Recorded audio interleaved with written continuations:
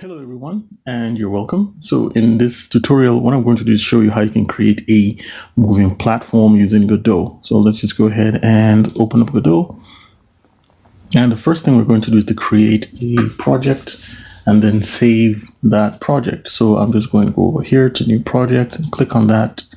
And it's going to ask me for a project name and a project path. So I'll just set the name to move platform, like so. And for the project path, I'll just click on browse, and I've actually created a folder called Godot projects where I keep all my Godot projects.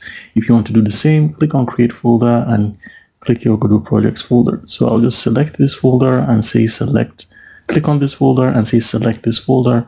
Now we have that folder. Now it says the selected path is not empty, this and that. So what I'm going to do is to click on this. So now we have a folder called move platform in the Godot projects folder, and it's not complaining anymore because we've actually created a folder in our Godot projects folder. So I'm just going to leave it at compatibility and click create and edit, and Godot should open up. So the first thing we want to do is to bring in some art assets. If you don't have an art asset, it's very straightforward. All you need to do is to just use the icon.svg, but I'll just bring in an art asset I created in Sprite. So I'm just going to open this up, go to this PC and go to my documents. And I believe I called it art packs, and I believe I called it platform. So this is the platform I'm going to be using. I'll just drag that into the resources section.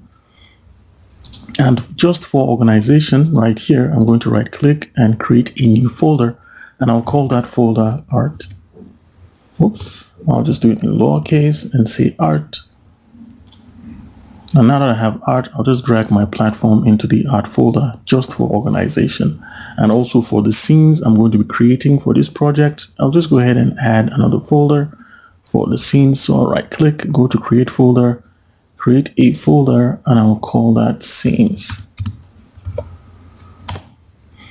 So now I have that scenes folder. What I want to do next is to create a new 2D scene. So here on this scene, I'll click on 2D scene and I'll double click that scene. I'll just call this my game scene, like so. And what I want to do is to save the scene. So I'll just go to or press Ctrl S for shortcut, and I'll click the scenes folder. Now that we're in the scenes folder, I'll click on save. I will save this scene in the scene folder. So what I want to do is to add a texture rect that will hold the reference to our platform. And I'll do that by adding it as a child of our game scene. So I'll click on this plus icon, or you could use Ctrl A and then type texture rect. It's the last one, and then double click on that texture rect. I'll double click on the texture rect and I'll call that a platform. And it's still a texture rect because this is the property right here. So it's the type of node we have here is a texture rect. And now what I want to do, where it says empty on the texture, I want to drag our platform.png and just place that over here underneath the texture. So now if we zoom in, we can see this is slightly blurry. So what I want to do is go to projects, project settings, and right here on the rendering, click on textures, and I'll just set this to nearest because it's sort of like pixel art. Now we can see how, how smooth this is looking. So for the size, I'll go over and make sure I'm on the platform and click on layout and click on transform. And I'm just going to increase this size a little bit. This is the default size it came with. So I'll just set this to about 256, just to increase the width. And then for this value, I'll set it at, say, a value of 96. And I think that's too much. So I'll just set this back to, say, let's try 64. Yeah, I think 96 by 64 is super great.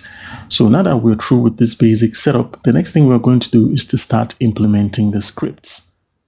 All right, so now that we've created this, what we need to do next is to create a script, and we'll use that script to control how we're going to be moving this platform. And basically what I want to achieve is to be able to move this platform right down, left, and then get back up to the origin. Basically, like have an AI that a platform that moves automatically in a square shape. So basically, we're going to move this platform in a square shape. So to do that, what I'm going to do is to create a script, not on the platform. Make sure you're selecting the node 2D, which is the game, and then right here, click attach script. Let's just click on that, and here I'm going to save this in a folder. So let's go ahead and click on this. And let's get back to our directory here, and let's click create folder, and I'm going to call this scripts and hit OK. So now that I'm in the scripts, I'm going to click open and then click create. So what that simply did is to create a scripts folder and save this script called game in the scripts folder. So you can actually see this gear icon. That means we have that game script, and you can actually also see here that that game script is over there. By the way, if you see any asterisks on top of your node object, it means you haven't saved it. So a quick Control S is going to save that. So the first thing we're going to do is to actually reference our platform, because remember, this is a child of the platform. The game is our main scene, and then our texture rect is a child of the main scene. So that means if we go back to the game, let's find a way to reference this. And Godot gives us the onReady function. And let's see how to do that. So let's do @onReady, and I'm going to use the var keyword. And I'm going to call this variable platform. And I'm going to set the type to texture rect, just to tell the engine what kind of data I'm using. And then next, I'm going to reference this platform. You can just left click and drag and drop it in there, or you can use the $ and then the name of the child object. This $ here is just giving you a reference, basically like this res here on the file system is just telling us where this object is.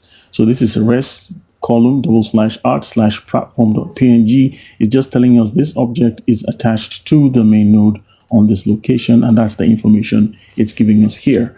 And also we need to know how fast our platform is moving. So next, I'm going to create another variable. I'm just going to call that var move speed.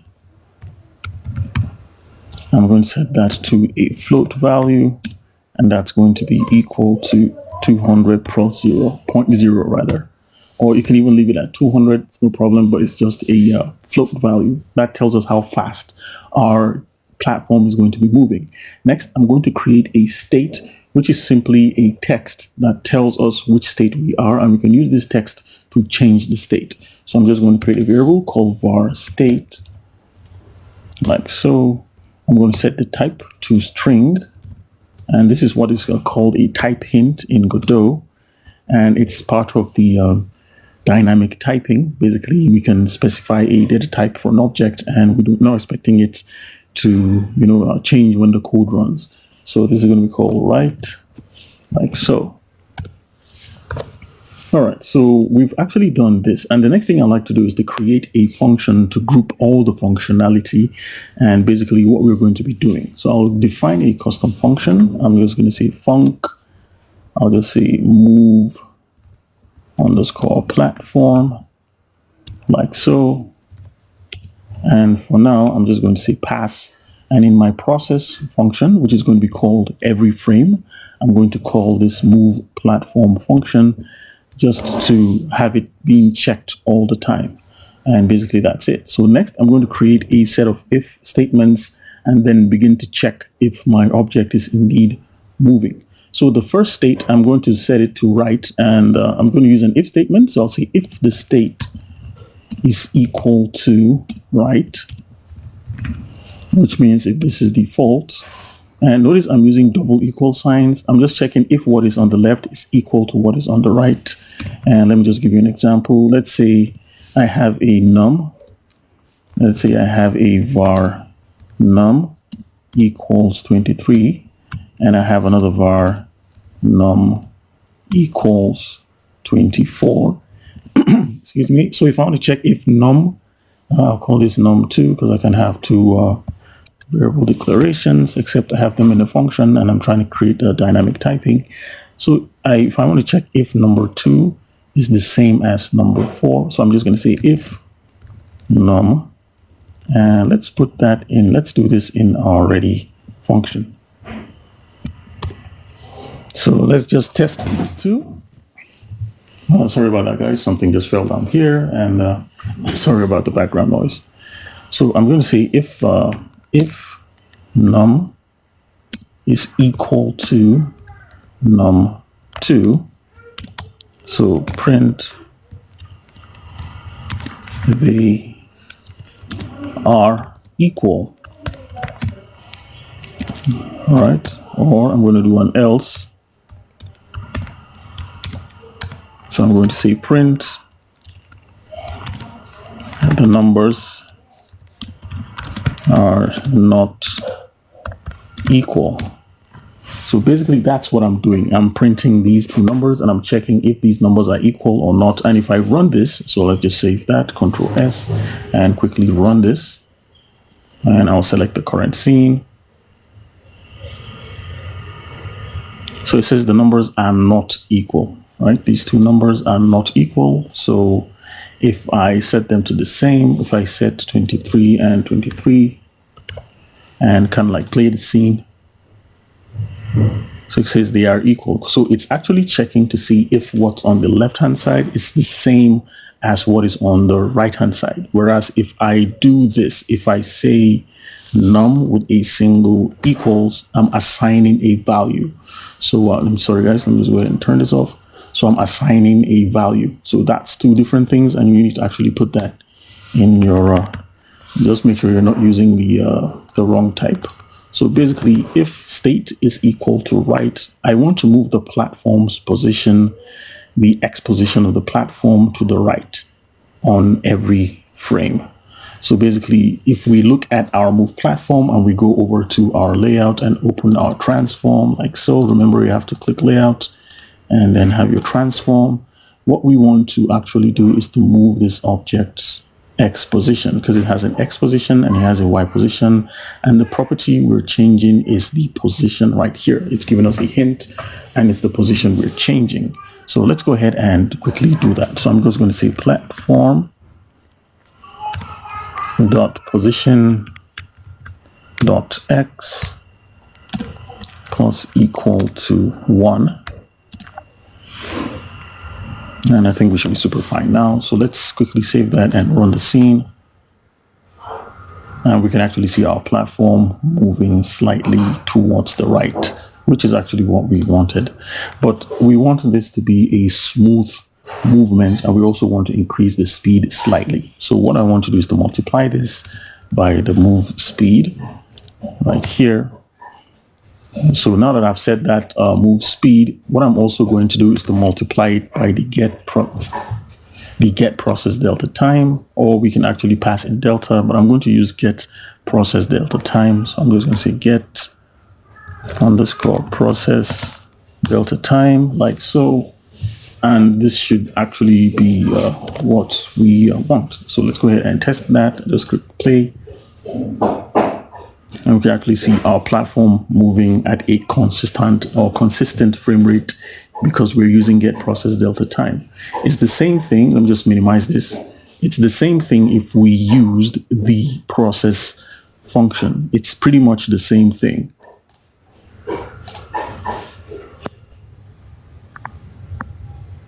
All right, so again, like I explained, the get process delta time is just a function that returns the delta. If you actually look at the process function, we have a parameter called delta. This is the difference between the last frame. So if you have two frames, the last frame minus the first frame is going to be your delta, and you use that to have consistency in movement between frames in case you have a different computing systems. You don't want one system to take advantage of the performance. You want everyone to have the same smooth movement across different computers. So delta is a value that you need to kind of like multiply, but there's a handy function that is available here, and it's just a shorthand. For instance, if I wanted to use delta, I'm going to pass in delta here and then multiply this by delta, and then in the function I'm going to pass in delta. Once we do these three things,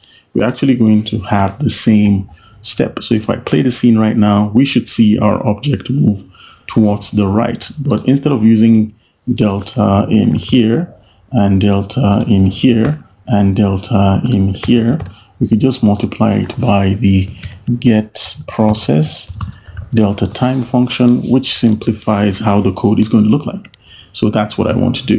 So to clip or limit the movement of our platform on the x-axis or any other axis, I'm going to use a value for the x position. And I'm just going to go over here and create another variable. I'm going to say var pause underscore limit is going to be a float, and it's going to be equal to 300.0, like that. So this is what I'm going to be using, because I don't have just the value of 300 magically appear in the program or our code when we're writing it. So now we've checked if our state is equal to right, and we're moving our object towards the right. So now if our position.x is greater than our position limit, what I want to do is to switch over our state to down. So basically, let's see what that happens. So I'm just going to say if our platform dot position dot x, again, I could have created a vector 2 to represent this, but I'll just leave it at this. So I'm just going to say pos underscore limit. That's our position underscore limit. What I want to do is to set my state, and this state is going to be equal to down, like so. And now that we've set our state to down, if our state is down, what we're going to do is to change our position.x and push our objects towards the y axis. Now let's quickly look at this, and what are we saying here? So I'll just go ahead and click out of this to exit full screen mode, and I could just click this here, and what we're going to see is that we have these two gizmos. This is for the x-axis and this is the y-axis.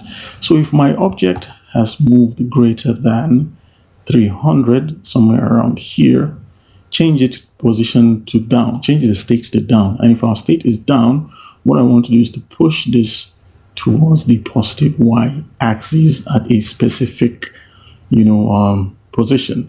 And once it's greater than a specific position, I'm going to like change it back to left and then put it back to up again. So basically that's what we're trying to do, and hopefully that kind of like makes sense. I'm going to change my position to 0, 0 to reset everything. I'm going to save, and I'm going to use Ctrl+Shift+11 to kind of like go back here, and then let's jump over to the script and continue writing our script.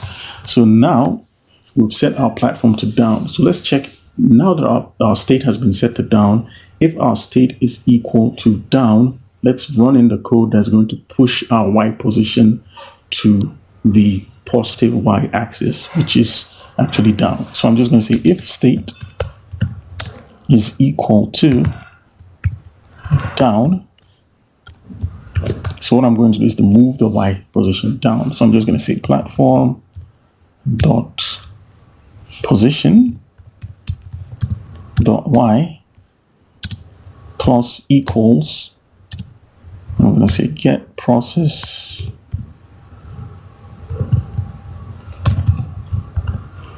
delta time, and I'm just going to multiply that by move speed, like so.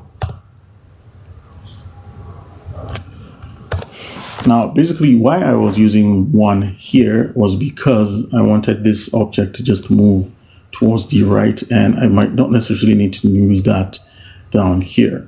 And let's go ahead and see what's happening. So let's quickly run the scene. Let's save, and let's press play to run the scene.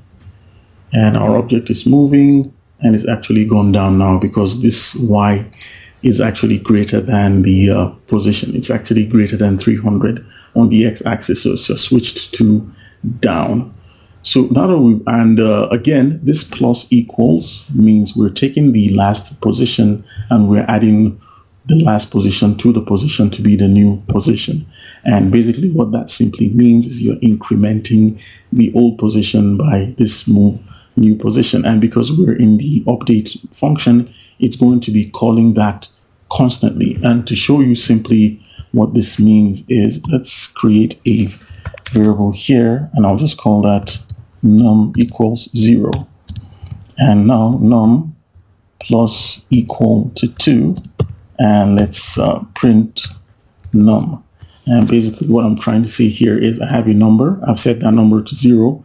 And each time this code runs, add 2 to the number continuously. So I'm also printing out the result. So let's quickly see that and see what's happening right here.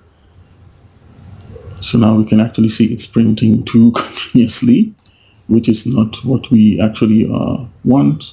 I could just say print num, or we can save this in a variable, or let's just print num plus equals to here within the print method itself. So, sorry, it says assignment not allowed in a function. So let's say new underscore num equals 2, and this should be a var. So var new num is going to be this value. Okay, let me just go ahead and get rid of this. I don't know why I'm getting an error right here, but I'll just continue on with the tutorial. And basically what I'm trying to say is, let's see if we can do it right here. That won't work. Okay, let's just go ahead with the tutorial. Assignment not allowed in an expression. Okay, fine. So basically what I'm just trying to show you is that we're incrementing this value by 1. So let's go ahead and just move on. So now that our object, our platform is moving down, we need to set our platform to move left now if it has actually moved in that state that is down. So if now we're going to check if our position.y is greater than 300 as well, which is the same value we set. So next what we're going to say is if platform dot position dot y is greater than, I think we call that move limit.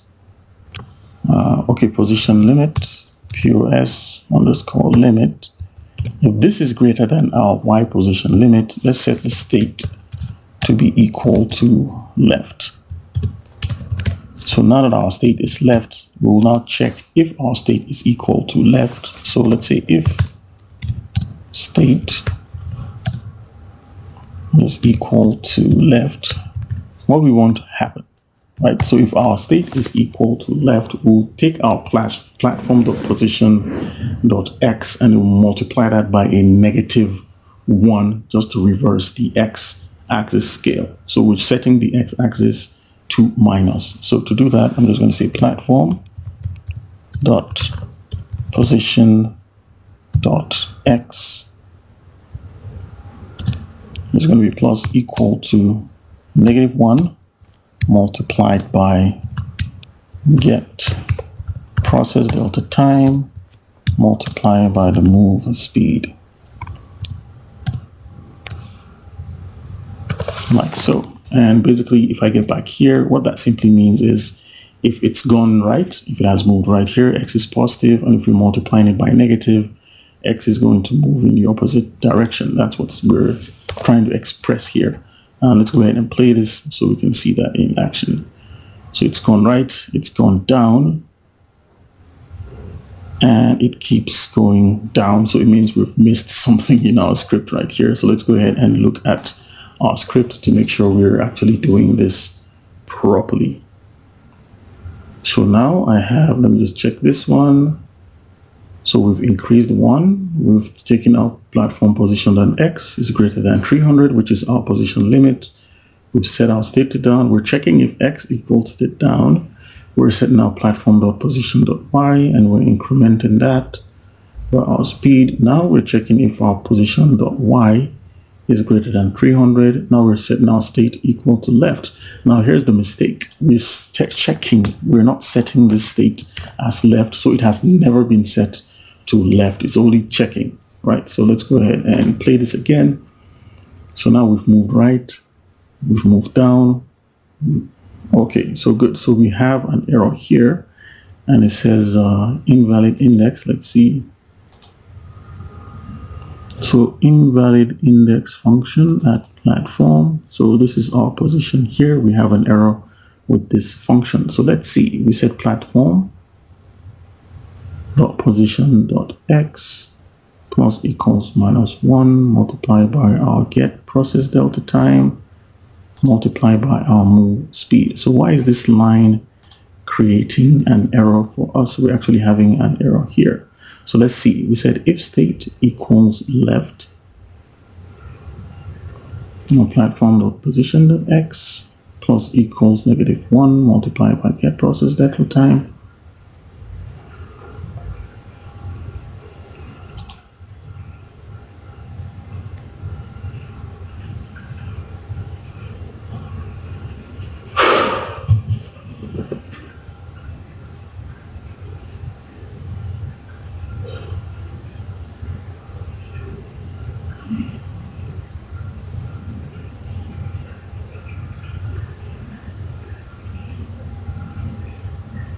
So let's see what this problem is. What's this error?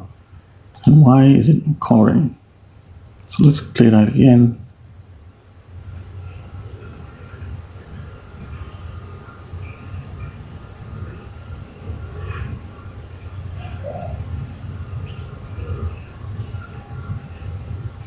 Good. So this is another error that has happened. And what happened is I didn't spell position properly. So it's supposed to be position, not postion.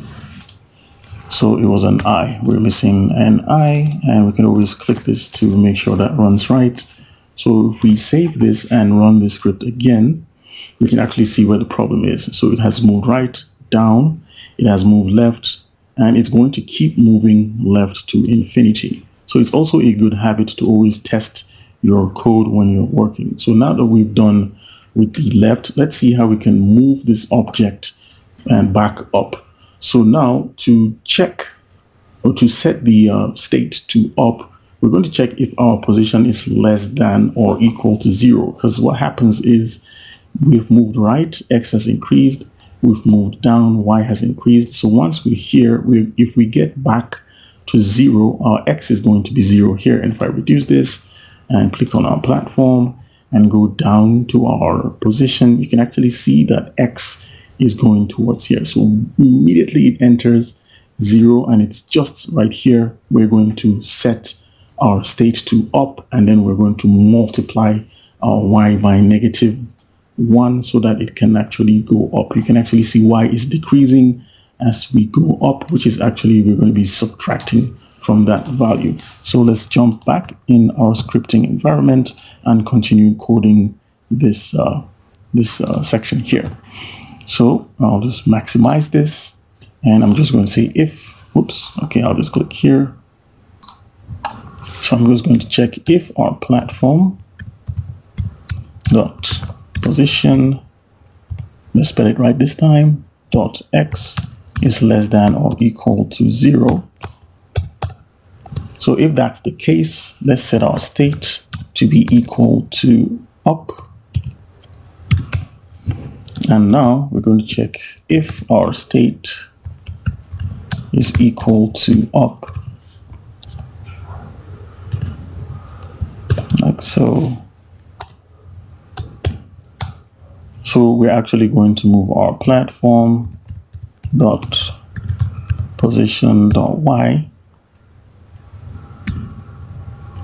It's going to be minus equal to our get process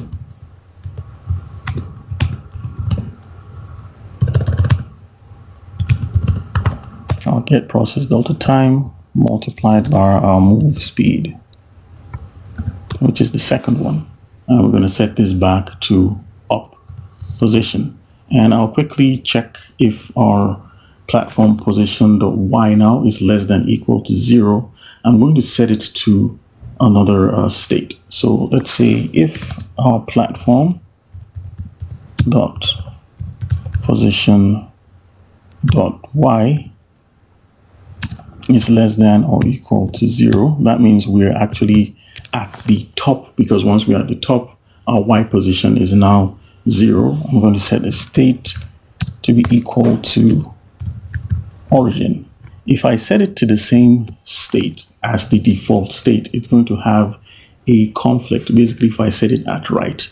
So I'm tricking the system here by setting this state to another state called origin. And then if it's origin, what I'm going to do is to redo what I did when my state was equal to right. And basically, if my, I'll just say if my state is equal to the origin, like so, I can simply just go up and copy what's just happened right here. But what I'm simply going to do is just move my position. So I'm just going to say platform.position.x plus equal to get process delta time multiplied by move speed. Oops. Move speed is the second one, and that's it. So we can actually have our object looping. So let's go ahead and see if we have everything right. So here, we have a problem, and it's the same spelling error. So please don't be like me. Be very careful when you're typing, and you won't make mistakes like I have. So we're actually moving to the, oops. So let's see. I think I need to be very careful when I'm checking my spellings. Let's see now. Hopefully no more spelling errors. So we are going down, going left, going up. So good. So yeah. I think someone should bring a whip and whip me so I stop making these mistakes. So let's go ahead and test it now finally. No more mistakes. So right, down, left, up, right, down. So we actually have the platform moving in such a form. And the cool thing is, if we wanted to change the speed right here, what we can do is, I think we can use @export to export this one. I think it's called @export var.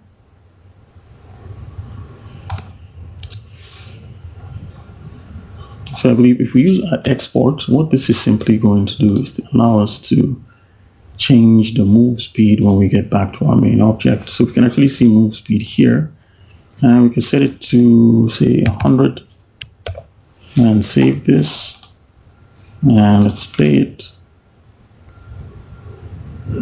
So we can actually see it's moving slightly slower than the initial speed, and we can use that for testing and debugging. So hopefully this has actually helped you, and there are lots of ways to improve this code. I know, instead of using just an if statement, we can use an if-else statement to make this quite simple. Another thing we could do is, instead of using all these states, we could actually create an array or an enum and then store all these states, and we can call all these states one by one. So what do I mean by an array? We could just say var states column array is going to be equal to an array like so, and then we can pass in values. So we can say right, we can say left, we can say up and down, and origin, and then we can now begin to call these states when we're done, but we didn't do that. So I'll just go ahead and close this up like so. And if this actually helped, just let me know. And if you actually need any other stuff, any tutorial we can do, just hit me up and we can do it. And basically, if you have an array like this and you need to call the array, all you need to do is say states with the index, and then you pass the number like so. So this is going to get the first index. Obviously, that's not the way to, to do it, but you can use the array indexing to get the index of the object. So thank you very much for watching, and I'll see you in the next tutorial. Peace.